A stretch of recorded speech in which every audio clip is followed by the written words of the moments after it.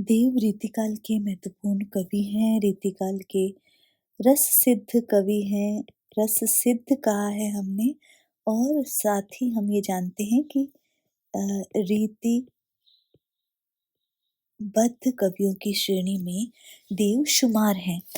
देव के पदों का हम अध्ययन कर रहे हैं और हम उसी पर बात जारी रखते हुए हम आगे बढ़ते हैं और अ, देव यहाँ पर कह रहे हैं लोक की बात कर रहे हैं, हालाँकि देव ने श्रृंगार की बात भी कही है।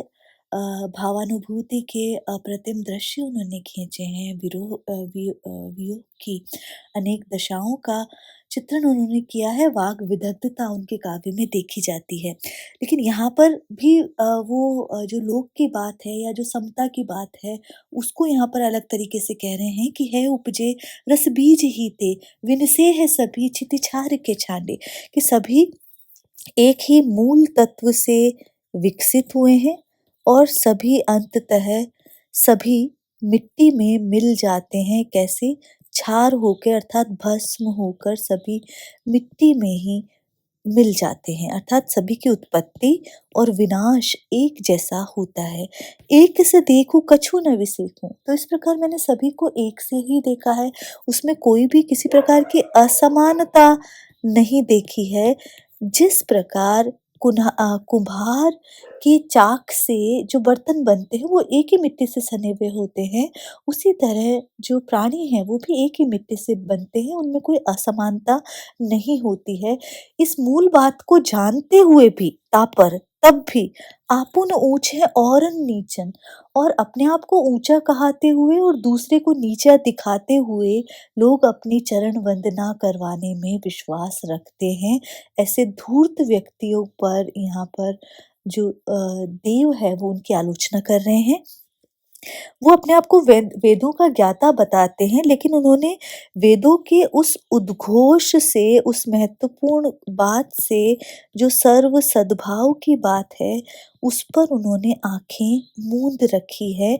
इस प्रकार वो जो ज्ञानवान हैं वो अपावन हैं, उनके विचार जो है अपवित्र है, उसके बावजूद वो स्वयं को क्या बताते रहते हैं?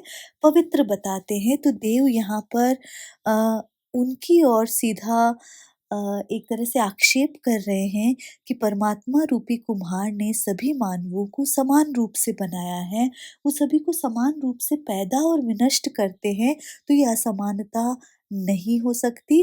और इस बात को लक्षित करने के लिए देव ने यहाँ पर अनुप्रास, यमक, उपमा अलंकारों का प्रयोग किया है। अगला जो पद है उसमें राम कथा का ये अंश है और राम कथा के उस प्रसंग का वर्णन है जब 14 वर्ष के वनवास को पूर्ण करके राम, लक्ष्मण और सीता अयोध्या लौटते हैं, और अयोध्या लौटने पर किस प्रकार जो कौशल्या है, जो राम की माता है, वो सीता का स्वागत, अभिनंदन किस प्रकार कर रही हैं, उसका जो दृश्य है, बिंब जो है वो देव ने यहाँ पर खींचा है और वो कह रही हैं, भाग की भूमि सुहाग को भूषण।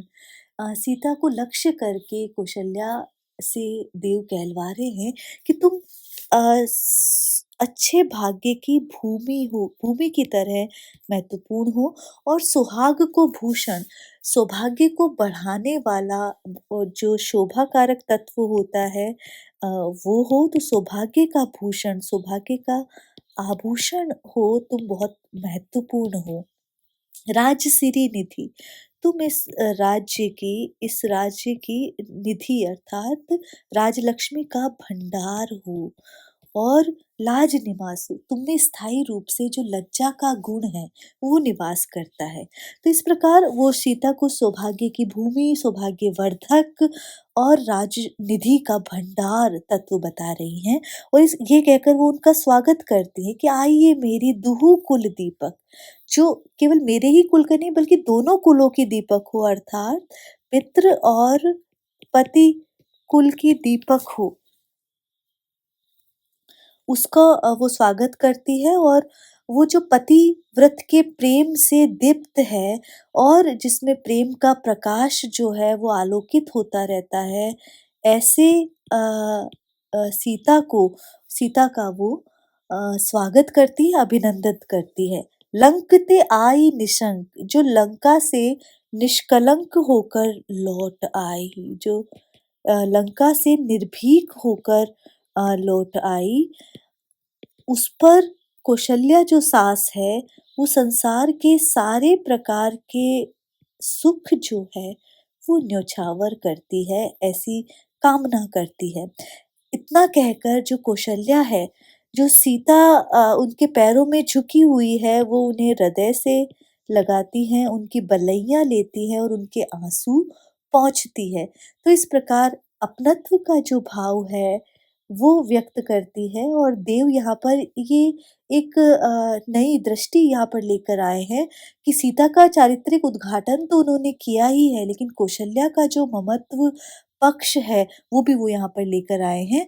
और यहाँ वर्णावृत्ति है, तो वर्णावृत्ति से हम जानते हैं कि अनुप्रास अलंकार होता है और साथ ही अ, साभिप्राय विशेषण दिए इसलिए परिकर अलंकार भी है और काव्यलिक अलंकार, और साथ ही छंद जो है वो सवैया छंद हम यहाँ देख सकते हैं। अगला जो पद है उसमें जो नायिका और राधा के सूक्ष्म सौंदर्य का चित्रण यहाँ पर देव कर रहे हैं और ये देव की सर्वथा नवीन उद्भावना है, कवि की कल्पना है। और वो कहते हैं फटिक सिलानी, फटिक का तात्पर्य है स्फटिक, स्फटिक शिला से विनिर्मित सुधार्य सुधा मंदिर बना हुआ, सुधा मंदिर जो चूने से पुता हुआ है, ऐसा मंदिर कैसा लग रहा है, कितना उज्जवल प्रतीत हो रहा है। देव कह रहे हैं कि स्फटिक पत्थर के समान जो सुंदर महल है, वो चूने से सुधा का तात्पर्य है चूना, जो चूने से पुता हुआ होने पर क्या लग रहा है, उज्जवल प्रतीत हो रहा है। उदिति दधि कोसो उफनाय उमगे अमंद, अमंद का मतलब है तीव्र रूप से, तेज। जैसे कोई दधि का सागर, उदधि का मतलब है सागर, उदधि से तात्पर्य सागर। जैसे दधि, दही का कोई सागर तीव्र वेग से उफन रहा है, उतना शुभ्र, उतना सफेद, उतना उज्जवल वो महल लग रहा है जिसमें कोई जो नायिका राधिका जो निवास कर रही है। बाहर ते भीतर लो भीति ना दिखे ये देव। देव कहते हैं उस मंदिर को, उस प्रसाद को, उस महल को देख बाहर से देखने पर भीतर तक कोई दीवार ही नजर नहीं आती। इतना पारदर्शी, इतना उज्जवल वो महल नजर आ रहा है। दूध को सो फेन फैलियो चांदनी फरस बंद, और जो फरस, जो फर्श है, जो उसका आंगन है, वो उन उस प्रकार के पत्थरों से निर्मित है, इतना शुभ्र है, इतना उज्जवल प्रतीत हो रहा है कि मानो दूध के झाग वहाँ पर फैले हुए हों, ऐसा वो आंगन सफेद पत्थरों से जड़ा हुआ, फरसबंद, पत्थरों से जड़ा हुआ वो आंगन, और पत्थर कैसे हैं? सफेद, सफेद पत्थरों से जुड़ा हुआ वो आंगन दिखाई दे रहा है। तारा सी तरुणी तामे ठाड़े झिलमिली होती, उसमें कोई तरुणी युवती तारे की भांति खड़ी है और वो तारों की भांति ही झिलमिल उसके रूप सौंदर्य के कारण प्रतीत हो रही है।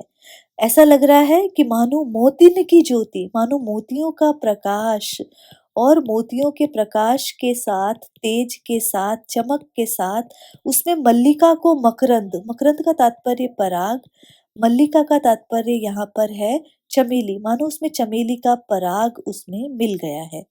आरसी अंबर में आभासी उजारी लागे, आरसी का मतलब दर्पण, तो अंबर रूपी दर्पण में उस भवन की आभा जो है वो इतनी उज्ज्वलता पूर्ण लग रही है, इस प्रकार लग रही है, और उसमें जो राधिका खड़ी है, जो नव युवती खड़ी है, उसका प्रतिबिंब जैसे आकाश में चंद्रमा सुशोभित होता है, उसी प्रकार उस प्रासाद, उस महल में जो रमणीय युवती तारे से झिलमिलाती हुई वो चंद्रमा सी दैदीप्यमान, उज्ज्वल, शुभ्र, उजियाली प्रतीत हो रही है। तो यहाँ पर अ अ, कवित्त छंद हम देख सकते हैं और साथ ही अनुप्रास, उपमा, रूपक और उत्प्रेक्षा अलंकार, वाग विदग्धता यहाँ दिख रही है, कवि की कल्पना यहाँ पर स्पष्ट परिलक्षित है और भावानुभूति का मिश्रण हम यहाँ पर देख सकते हैं।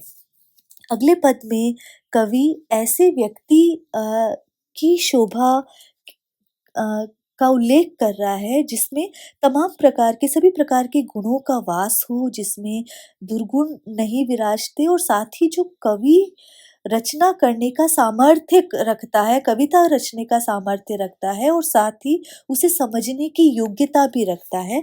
ऐसे व्यक्ति की बात देव यहाँ पर कर रहे हैं। जाके न काम न क्रोध विरोध न, कि जिसके मन में काम वासना नहीं है, जिसे क्रोध नहीं है और जिसमें वैर विरोध नहीं व्यापता। लोभ छुवे नहीं क्षोभ को चाहो, जिसको लोभ छू नहीं सकता, जिसको क्षोभ जो ईर्ष्या है, जिसकी छाया भी क्षोभ की छाया भी जिस व्यक्ति पर नहीं होती। मोह न जाहि रहे जग बाहिर, जिसको मोह नहीं व्यापता, सांसारिक मोह जगत से एक तरह से निर्लिप्त रहता है, जग बाहिर निर्लिप्त। मोल जो वाहिर तो अति चाहो, जो लोगों से मिलने का मोह रखता है, मोल जानता है और जिसके मन में सभी के प्रति अति चाहना, सबके प्रति सज्जन लोगों के प्रति चाहना रहती है। वाणी पुनीत, उसकी जिसकी वाणी पुनीत हो, कैसे? जैसे गंगा का जो जल होता है, उसकी वाणी जैसे पवित्र होती है गंगा के जल की भांति, वैसे ही जो वो भी पुनीत पवित्र वाणी रखने वाला होता है। आरद सारद के गुण गाओ, और जो नित्य प्रति शारदा अर्थात सरस्वती के गुणों का गान करता है अपनी जिह्वा से, उस व्यक्ति की देव सराहना कर रहे हैं और वो बताते हैं कि शील शशि, शशि के समान जिसका शील रहता है, सविता अर्थात सूर्य के समान जिसमें तेज रहता है, जो कविता की रचना करने वाला होता है और कवि को सराहने वाला होता है, ऐसा व्यक्ति हर सभा में, हर समाज में आदर को प्राप्त करता है, जो गुणों से संपन्न है, जो दोषों से रहित है और कवित्व कर्म का निर्वहन करता है, ऐसा व्यक्ति सदैव समादृत होता है। इसकी बात देव कर रहे हैं। अनुप्रास रूपक और परिसंख्या अलंकार है और साथ ही सवैया छंद हम यहाँ पर देख पा रहे हैं। अगला जो पद है वो वियोग का पद है, वियोग श्रृंगार का पद है और वियोग श्रृंगार का पद में इन्होंने एक विशिष्ट दशा की बात कही है और वो दशा मानी जाती है एक तरह से अभिलाषा, कि प्रिय के मिलन की अभिलाषा मन में जब रह जाती है तमाम वैपरीत्य के बाद भी, उसे वियोग की अभिलाषा दशा कहा जाता है। उसका चित्रण यहाँ पर किया है देव ने। जैसा कि हम जानते हैं शरीर पंच तत्वों से निर्मित है, वायु, जल, अग्नि तत्व, अ, भूमि, पृथ्वी तत्व और आकाश, इन 5 तत्वों में। तो यहाँ पर कोई नायिका अपनी सखी से बात करती हुई कह रही है कि जिस दिन से प्रिय ने मुझे देखकर हँसे हैं और उसके बाद उन्होंने मुँह फेर लिया है, उसके बाद मेरी जीवन की दशा इस प्रकार हो गई है कि मेरे शरीर से जो 5 तत्वों में से जो 4 तत्व हैं, वो चले गए हैं और एक ही तत्व शेष रह गया है। और अब वो कौन-सा तत्व है, किस तत्व की बात कर रही है, उसे किस इस प्रकार है कि सासन ही सो समीर गयो, कि विरह व्यथा से पीड़ित कोई गोपी कहती है कि जिस दिन से प्रियतम कृष्ण ने हँसकर मेरे मन को हर लिया और उसके बाद से मुझसे मुँह मोड़ लिया, उस दिन से क्या हो गया है, मेरी जो साँसों से समीर अर्थात उसासे ले रही हूँ मैं, तो वायु तत्व जो है वो चला गया है। अरु और आँसू नहीं सो सब नीर गयो ढरी, और आँखों से लगातार सजल रहने से, अश्रु वर्षा होने से जल तत्व भी समाप्त हो गया है। तेज गयो गुण ले अपनों, और निरंतर उसासे लेने से, नीर बहने से मेरे शरीर का तेज अर्थात कांति भी अर्थात सूर्य तत्व भी चला गया, अग्नि तत्व भी चला गया है। अरु भूमि गई तन की तनुता करी, तन मांस युक्त था लेकिन तन कृशकाय हो गया है वियोगावस्था में, तो जो घनत्व है वो कम हो गया है। इस प्रकार मेरा शरीर जो है कृशकाय हो गया है और भूमि तत्व भी चला गया है।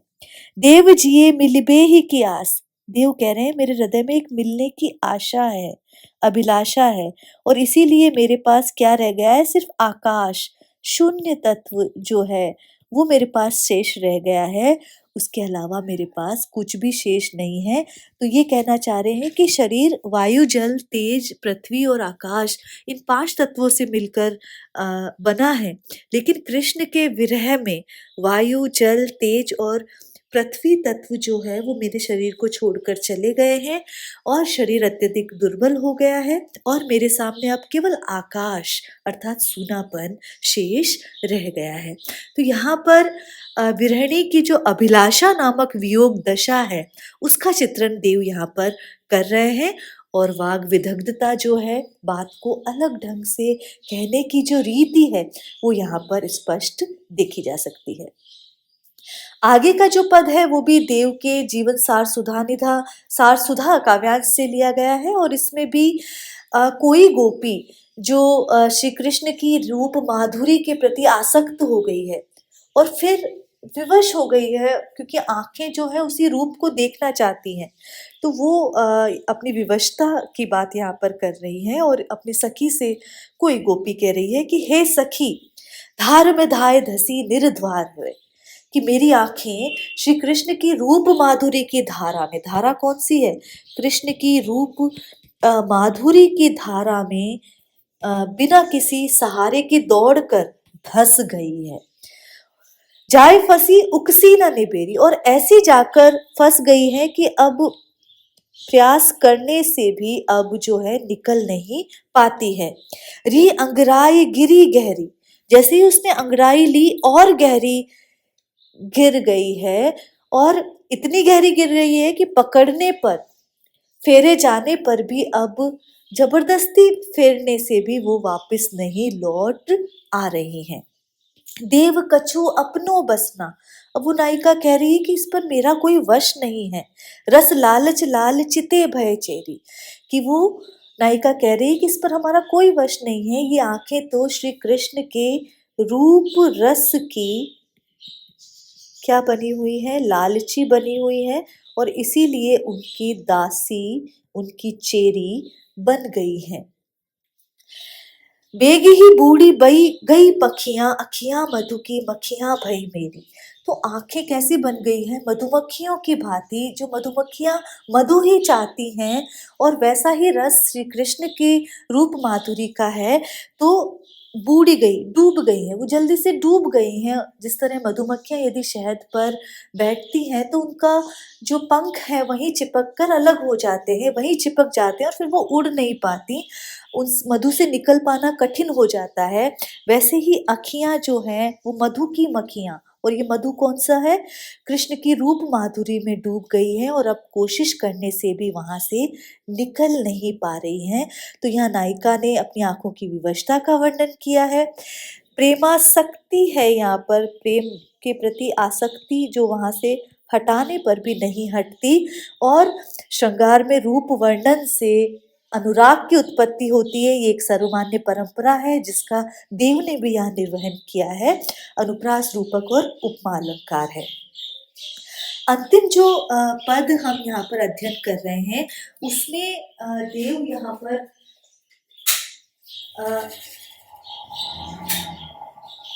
इसमें देव यहाँ पर बता रहे हैं कि किस प्रकार कोई जो नायिका है वो श्याम सिंधु में अर्थात श्याम रंग में, श्री कृष्ण के श्याम रंग में डूब गई है। तो श्याम रंग, श्याम सिंधु की बात यहाँ पर बार बार आएगी और वही रूपासक्ति से प्रेमासक्ति की बात यहाँ पर भी है। और वो यहाँ पर कह रहे हैं कि औचक अर्थात अचानक ही एक अगाध, अगाध का अर्थ है गहरा, सिंधु का मतलब है समुद्र, शाही को उमड़ी आयो, श्याम वर्ण का, श्याम रंग का कोई अगाध सागर, काला सागर जो है अचानक उमड़ कर आ गया। तामे तीनों लोक ही बूढ़ गए एक संग में, और उसमें तीनों लोक जो हैं मेरे वो एक ही साथ डूब गए। कारे कारे आखर लिखे जो कारे कागर, अब जो वो काले कागज मेरे हृदय पृष्ठ पर काले काले श्याम वर्ण के जो आखर लिखे गए उनसे मेरा हृदय भी श्याम वर्ण का हो गया। यूं हृदय काला होना दुष्चरित्र का माना जाता है, लेकिन यहाँ हृदय काला श्याम वर्ण के कागज पर श्याम ही वर्ण के जो अक्षर उकेरने के कारण हुआ है। सुन्यारे करी बाँचे कौन जाते चित्त भंग में। अब वो चूंकि काले पृष्ठों पर काले वर्णों से श्याम के बारे में लिखा है, तो उसको अब कौन पढ़ भी सकता है, ये बात यहाँ कहा जा रहा है। आखिन में तिमिर अमावस की रैन जिमी। उस श्याम वर्ण का प्रभाव इतना है कि आंखों में भी अंधकार के समान श्याम वर्ण व्याप गया है, जैसे अमावस की रेन जिमी। जिमी का तात्पर्य है जिस प्रकार अमावस की रात्रि में सर्वत्र घनघोर अंधकार छाया रहता है, उसी तरह आंखों के सामने भी केवल अंधेरा ही अंधेरा दिखाई देता है। अथवा जम्बू रस बंद जमुना जल की तरंग में। जैसे यमुना का रंग काला माना गया है, श्याम माना गया है, और उसमें यदि जामुन का रस कोई मिला दे तो उसको अलग नहीं किया जा सकता। उसी तरह मैं श्याम रंग में बूढ़ चुकी हूँ, और यूं ही मेरो मन मेरे काम को न रयो माई। इसी तरह मेरा मन भी मेरे काम में, मेरे वश में नहीं है, क्योंकि सांवला रंग मेरे मन का जो सांवला रंग है वो कृष्ण के श्याम रंग से एकाकार हो गया है, उसमें घुल मिल गया है, और अब उससे अलग नहीं किया जा सकता। तो नायिका की प्रेमानुभूति का सरस चित्रण यहाँ पर कर रहे हैं देव, और अमावस का अंधकार और यमुना के जल की कालिमा जैसे एक ही जैसी है, उसी प्रकार नायिका का प्रेमी मन कृष्ण के से मिल गया है, और इसीलिए यहाँ पर उसे उसके हृदय को भी काला बताकर उस पर श्याम प्रेम वर्ण अंकित बताए हैं। तो यहाँ पर अनुप्रास, उपमा, उत्प्रेक्षा और काव्यलिंग अलंकारों का हम प्रयोग देख सकते हैं, और देव ने बहुत ही सरस, बहुत ही विदग्धता पूर्ण यहाँ पर जो व्यंजना है वो कही है। संदेश कथन की बातें भी देख सकते हैं, विरह की विभिन्न कलाओं का, दशाओं का वर्णन है, और कई जगह चमत्कृत कर देने वाली उक्तियां यहाँ पर देव ने लिखी है। पाठक की संवेदना और चेतना को गहराई तक अ, अभिभूत करने में देव सफल रहते हैं।